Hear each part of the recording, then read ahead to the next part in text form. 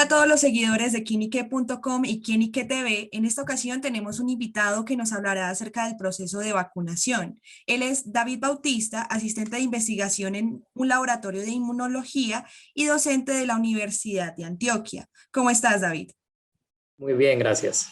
Bueno, en esta ocasión vamos a hablar de la vacuna, pues se ha convertido en una esperanza para la población civil debido a los niveles altos de contagio, especialmente que se presentan ahorita en Bogotá. Sin embargo, sabemos que la vacuna en sí no da una inmunidad del 100%. En ese sentido, quisiera hablar acerca del riesgo que afronta una persona que ya recibió su primera dosis. David, ¿cuál es la probabilidad de que una persona se contagie después de recibir la primera dosis contra el coronavirus? Bueno, esa pregunta tiene, digamos, varios detalles que hay que aclarar, ¿cierto? Eso depende mucho tanto de la persona que recibió la vacuna, de los tiempos que han pasado desde la primera, pues desde la administración de esa primera dosis y también del tipo de vacuna. Entonces, abordemos esas tres como características que hay que tener en cuenta.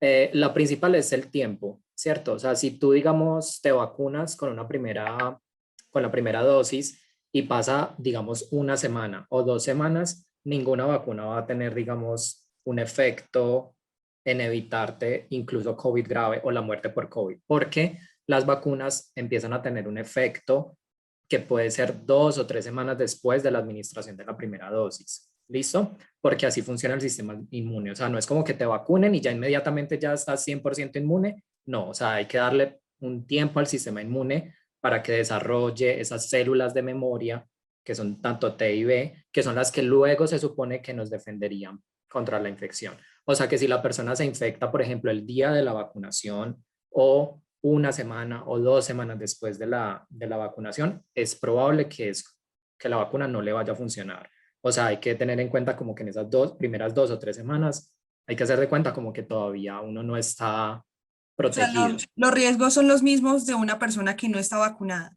Así es, tal cual, porque eso se demora, digamos, entre 2 y 3 semanas en generarse los anticuerpos, en generarse estas células B y T, que son las que luego nos van a proteger de la infección. Entonces, digamos, yo hago un llamado a que las personas estén, digamos, muy conscientes cuando, desde el momento en que se van a vacunar, o sea, cuando van hacia el sitio de la vacunación, en el propio sitio de la vacunación y como 1, 2 y hasta 3 semanas después de la primera administración, hay que igual tener, digamos, como conciencia de no irse a exponer o algo así. Pero esa primera administración cuenta ya como te vacunaste o se pierde. Entonces ahí entra las otras dos características que te había Ujú. dicho, el tipo de vacuna y como el tipo de persona implicada, digamos. Si es una vacuna como la de AstraZeneca o la de Pfizer, ¿cierto? Que son dos plataformas, la de AstraZeneca es un vector viral y la de Pfizer es una vacuna de ARNM. Entonces estas dos vacunas generan una moderada protección con solamente una dosis, pero tendríamos que esperar esas 3 o 4 semanas después de la primera dosis, ¿cierto? La vacuna de Sinovac genera una protección un poco más leve. Listo, o sea, con la vacuna de Sinovac es muy importante esperar hasta la segunda dosis y de hecho 2 semanas después de la segunda dosis. La vacuna de AstraZeneca tiene, digamos, como una ventana de administración de la segunda dosis muy amplia. Se pone la primera dosis y hay que esperar como 3 meses hasta la segunda dosis. Entonces, en esta, digamos, cuando pasa, digamos, un mes después de la administración de la vacuna de AstraZeneca, uno podría decir que hay cierta inmunidad moderada que se completaría, digamos, a lo máximo cuando te ponen esa segunda dosis. Lo mismo con Pfizer, solamente que la vacuna de Pfizer se pone un poco más temprano, aproximadamente a los 21 días. Entonces uno podría decir que la vacuna de Pfizer te la ponen a las 3 semanas, ya hay que ponerse la segunda, y yo creo que ya con esa segunda, 1 o 2 semanas después de la segunda administración de la vacuna de Pfizer, uno ya gana la inmunidad completa. Con la vacuna de Sinovac hay que esperar 2 semanas después de la segunda administración. La primera administración de la vacuna de Sinovac genera una protección leve. Y aquí viene entonces el otro tercer característica, que es el tipo de la persona. Todo esto, digamos, es como lo que se ha estudiado en ensayos clínicos y también en el mundo real, pero eso incluye un montón de personas y lo que nosotros nos dicen es como cuestiones promedio, por decirlo así. Pero tenemos que aterrizar esto, digamos, por ejemplo, a algunos casos individuales. Si es, digamos, si estamos hablando de una persona joven y saludable, cuando digo jóvenes, no sé, 30, 35 años, 25 años, y esa persona es saludable, entonces uno podría decir que con una dosis esperando 3 semanas, incluso la de Sinovac esperando 3 semanas, uno podría decir que hay una protección moderada. Pero si estamos hablando de un adulto muy mayor, una persona con severas comorbilidades o muy obeso, es necesario esperar hasta la segunda dosis y de hecho 2 semanas después de esa segunda dosis. Han habido muchos casos en los que me han preguntado como que, por ejemplo, se contagian el día de la vacunación o unos días después de la primera dosis. Y entonces allí uno dice, bueno, como te digo, con esas, o sea, 2 semanas después de la primera dosis es como si uno todavía no estuviera vacunado, porque el sistema inmune se demora un tiempo para generar esas defensas. Entonces, en ese sentido, la vacuna, o sea, bueno, la vacuna son las dos dosis, ¿no? Pero la primera dosis funcionaría igual a pesar de que se contagió el día siguiente, por ejemplo. Sí, o sea, si digamos vos te pones una dosis de la vacuna y te contagiaste, entonces no es como que la vacuna se pierda, ¿cierto? O sea, de Ujú. hecho, ese contagio que estás haciendo después de la vacunación podría funcionar como una especie de refuerzo, por decirlo así, aunque eso depende del tiempo. Si el contagio es muy cerca a la primera vacunación, entonces uno diría que todo eso cuenta como si fuera una exposición al antígeno, ¿cierto? El antígeno que tiene la vacuna y al virus que tendría la infección, ¿cierto?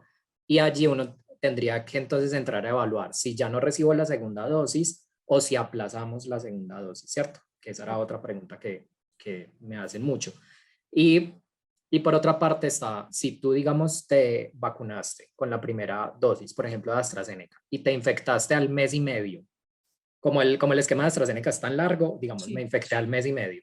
Entonces, allí, digamos, al mes y medio, uno podría esperar como una cierta efectividad de la vacuna, entonces tal vez esa infección no te dé, digamos, COVID grave, es decir, puede haber una cierta protección, pero tú puedes igual infectarte. De hecho uno se puede infectar incluso estando full vacunado, ¿cierto? O sea, porque las vacunas no son 100% perfectas y etcétera.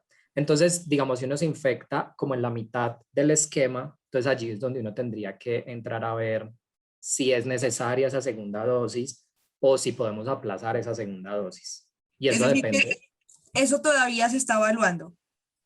Es que eso es un poco charro porque los ensayos clínicos se hicieron en condiciones muy especiales, ¿cierto? En unas condiciones muy controladas, de hecho, en el que las personas no tenían COVID previa, en el que, digamos, controlaban muy bien a las personas entre una y la segunda administración y demás que si alguien se infectaba en la mitad, esa persona salía del estudio, ¿cierto? Entonces es como que los resultados de los ensayos clínicos son un poquito como en las condiciones más ideales y más especiales, ¿cierto? Entonces ahí hay que entrar a ver los ensayos en el mundo real, ¿cierto? Y que ya han hecho muchos en Israel, en Reino Unido, en Chile, en Estados Unidos, en Uruguay, en donde las campañas de vacunación han avanzado muy rápido. Allá ya se han empezado a estudiar los efectos de la vacunación, ya digamos en toda la población o con unos casos puntuales, ¿cierto? Y allí, digamos, uno sí tiene que tener en cuenta si la persona tuvo COVID previa o no, si se infectaron en la mitad, etcétera. Entonces, allí es donde muchas veces, por ejemplo, Canadá ya ha cambiado como su estrategia y ahora lo que va a hacer Canadá es vacunar con puras primeras dosis a todo el mundo y la segunda dosis cuando haya vacunas y cuando se pueda y todo, ¿cierto? O sea, ellos le están apostando a que con una sola dosis van a poder cortar transmisión y disminuir, digamos, mortalidad y todo esto, y la segunda dosis la van a poner cuando se pueda. Que esa es como una estrategia también que siguió Reino Unido en su momento porque no había, digamos, mucho suministro y eso habría que contrastarlo con Estados Unidos, porque en Estados Unidos sí, digamos, han sido muy estrictos con esos esquemas. Entonces, eso todavía, por decirlo así, está en estudio, ¿cierto? Eh, pero no quiero como alarmar con eso de decir que todavía están estudiando. O sea, las vacunas se conocen, son seguras, son efectivas, simplemente que queremos más detalles como con estas preguntas, ¿cierto? Y lo otro es que en esos países no había, digamos, uno, no había una alta seroprevalencia como lo hay en Colombia. O sea, en Colombia mucha gente se ha contagiado de COVID, a diferencia de sus países. Y segundo, en esos países supongo que no hay tantas infecciones en esos mitad de esquema. En cambio, acá en Colombia, por la logística de la vacunación, por las situaciones sociales que estamos viviendo, pues por un montón de factores inherentes a países del tercer mundo como el nuestro, yo creo que ahí como que sería muy bueno hacer esos estudios de observar si es necesaria esa segunda dosis, si es necesaria correrla o no. Yo quería preguntarte qué consecuencias en la salud presentaría una persona que se infecta a la mitad del esquema de vacunación. Es decir, le pega más duro el COVID, le pega diferente, no sé, ¿cuál es el esquema ahí? Digamos, eso, como te digo, no está estudiado, entonces eso es como una especie de especulación, lo aclaro, ¿cierto? Eso es como mi pensar, mi opinión, eso todavía no está como súper dilucidado. Si la persona, por ejemplo, tiene COVID y no lo sabe y se vacuna, eso muchas veces puede pasar, uno podría pensar que la vacuna le va a funcionar, pero que podría tener como efectos adversos leves un poquito más fuertecitos. Ustedes saben que las vacunas causan dolor en el sitio de la administración, pueden causar malestar, fiebre, fatiga, ¿cierto? Entonces es probable, puede ser, depende mucho de la persona y de la vacuna, que pueda hacer que si la persona tiene COVID y no lo sabe y se vacune, puede ser que le den unos efectos adversos un poquito más fuertes. Si la persona se vacuna y se infecta en esas primeras 2 semanas, como te digo, es como si no estuviera vacunado, entonces digamos, tendría COVID dependiendo de cómo le fuera a dar COVID, ¿cierto? Si es una persona adulta mayor con comorbilidades, pues uno esperaría un COVID que probablemente pueda llegar a ser grave. Si es una persona joven, pues tal vez no, ¿cierto? Pero si, digamos, han pasado 3 semanas, por ejemplo, desde la primera dosis o ya tienen la segunda dosis, entonces uno esperaría que ahí funcione la vacuna y que entonces la persona que se infecta, porque puede ocurrir tras esa vacunación o tras tener bastante tiempo después de la vacunación, así sea una dosis, entonces que responda con un COVID leve o que ni siquiera le den síntomas, ¿cierto? Yo quería preguntarte para las personas que están en este momento, pues estamos en la tercera etapa de la vacunación ahorita en el país. ¿Qué aconsejas a la hora de irse a vacunar? O sea, ¿hay protocolos adicionales, cosas adicionales para hacer o son las mismas recomendaciones que hemos tenido siempre? Sí, son las mismas recomendaciones. Yo creo que lo ideal es, por ejemplo, si se puede caminar al sitio de la vacunación o tomar un transporte propio o si es, digamos, un transporte público, entonces en horas que no sean pico.